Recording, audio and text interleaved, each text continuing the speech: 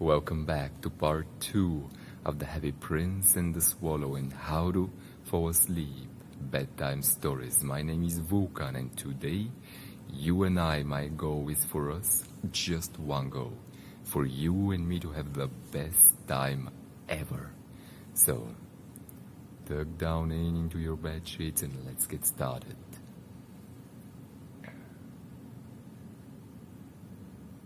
Once upon a time there was a little swallow and a statue of a happy prince, a golden statue, tall and big with blue sapphire eyes, with which the happy prince could see everywhere in the city. And today he was looking at a little match girl selling matchboxes in the city.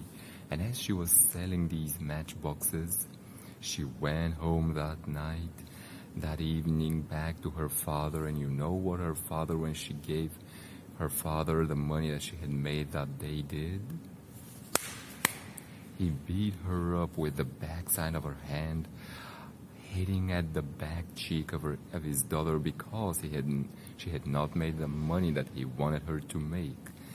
He told her that the next day, if she does not sell at least 20 matches, bringing at least $100 home, there is going to be more beating, more of that backhand going on. Not backhand like in tennis, but backhand like in beating. So the little match girl had to make some money now. The little match girl now went into the kitchen where her dad had bought bread. There was a large piece of steaming hot bread, which is pretty nice, by the way. Have you ever enjoyed the fresh, steaming hot taste of bread? I used to do that when I was younger. Me and my dad would go to the local bakery and buy every Saturday this large loaf of fresh bread. It's delicious. Now the match girl could smell that fresh bread, and there was a large bottle of wine. She wasn't interested in the wine, but there were also potatoes baked and chicken smelling nice and fresh. And as her mouth started watering, her dad asked her, "What are you looking at? This is not for you. You did not make money. Food is for closers, for matchbox closers. This is not for you. Go and make some money tomorrow and then you can eat. Now go to bed." So he sent her to bed, and the little match girl, however, she was afraid to go to bed because one, she had a need, and two, she wasn't sleeping so well for the last few days. And now she was afraid to go to sleep because if she did not get sleep, she would not have energy the next day. And if she did not have energy the next day, that meant she would not be able to make the money that her dad wanted her to make, and that would mean she would get beaten once again. She was afraid of going to sleep.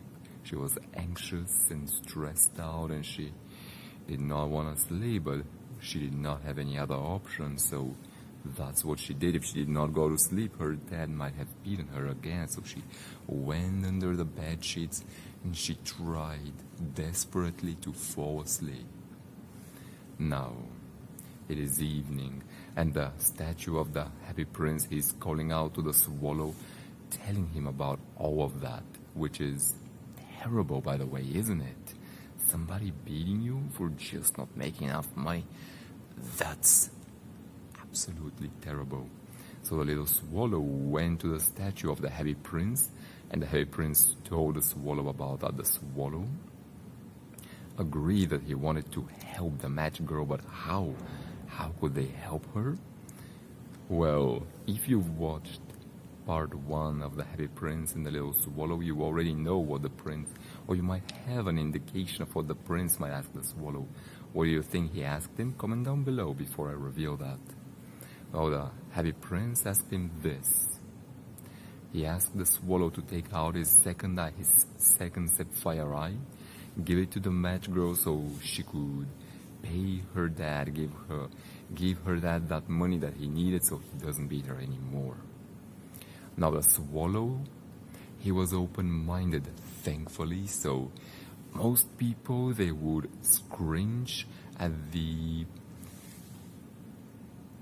the proposition of blinding somebody, which is kind of a big ask, isn't it? Of course, it's a big ask, but the little swallow, as I mentioned, he was open-minded enough to do that for the little prince and also for a match girl, for having that opportunity to help somebody else. So that is what he did. Once again, the little swallow, he took his little beak, he plunged it into the eye socket of the little prince's statue, and he, grasping the sapphire blue gemstone, he plucked it out with a pluck sound from the prince's eye socket, and he flew away to the little match girl to give her that gemstone. And as he did and as the little swallow went on to this new adventure, he saw the little match girl crying in her bed that night. And immediately he put down the blue gemstone on the match girl's bed, and he flew outside to see what the match girl did. And as he saw the match girl, the swallow saw the match girl wake up that morning. Not that morning, but that night. It was still night, excuse me. It was still night, and the little swallow saw the little match girl wake up, or at least get up, because she was probably not sleeping, having all these fears and anxieties about the next day. And as she saw this blue gemstone, at first she did not believe her eyes, but then she got an idea. The statue of the Happy Prince, he was thinking, oh, just pay off her dad. No. She made some other plans. And as she took the blue gemstone, she put it under her pillow, and she went to bed with a giant smile on her face. And what did the little match girl did? Why was she so happy? Well, before I tell you that, the little swallow, he did not knew what the match girl was up to. He went back to the statue of the Happy Prince, and this time resting on his big shoulder, he went down, putting his black head under his black wing.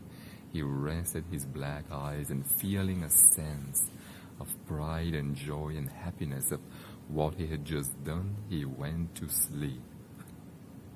And he slept well. The little swallow slept well. The Happy Prince slept well, knowing he had helped the little match girl. And the little match girl slept very well, knowing what she was about to do the next day. Now, what did the match girl do with that blue gemstone? Well, this is what she did. The next day, she took all those matchboxes that her dad gave her, and let me tell you first about what the match girl did, and then I'm gonna give you a preview of our next episode, and then we'll wrap things up with a nice bow here. So the little match girl, the next day, she hid the blue gemstone inside one of the pockets of her jacket so that her dad could not see it. Then she took all the matchboxes that her dad gave her to sell that day. She went outside, and what do you think she did?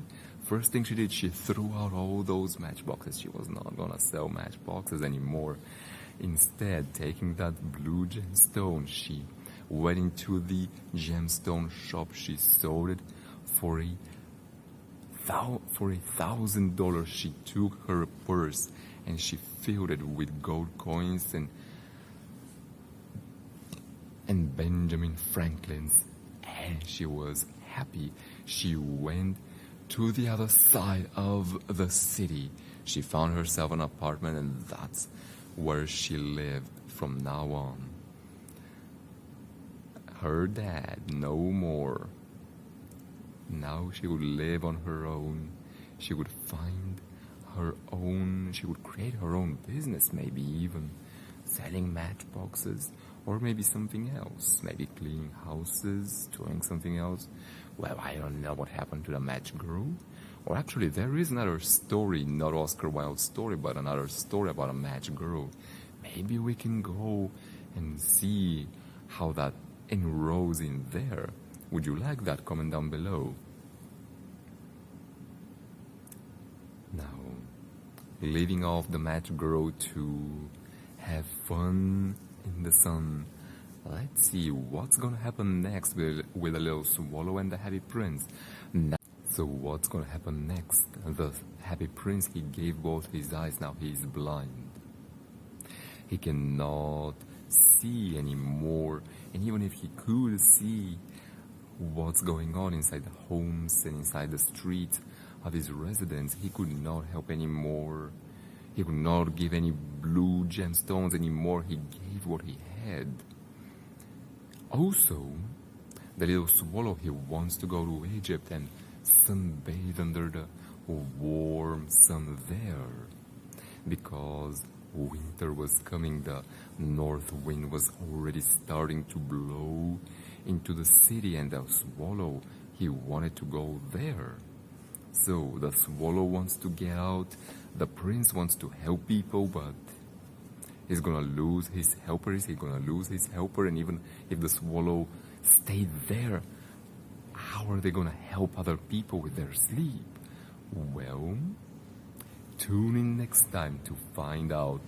Next time, I believe it's in November, not November, that will be way too late. Let me check our schedule.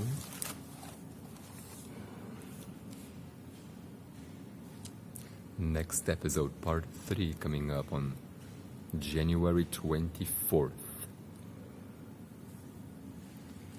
when we'll find out what happens then. Until then, my name is Vulcan, and I wish you a very restful night tonight. I'll see you next time.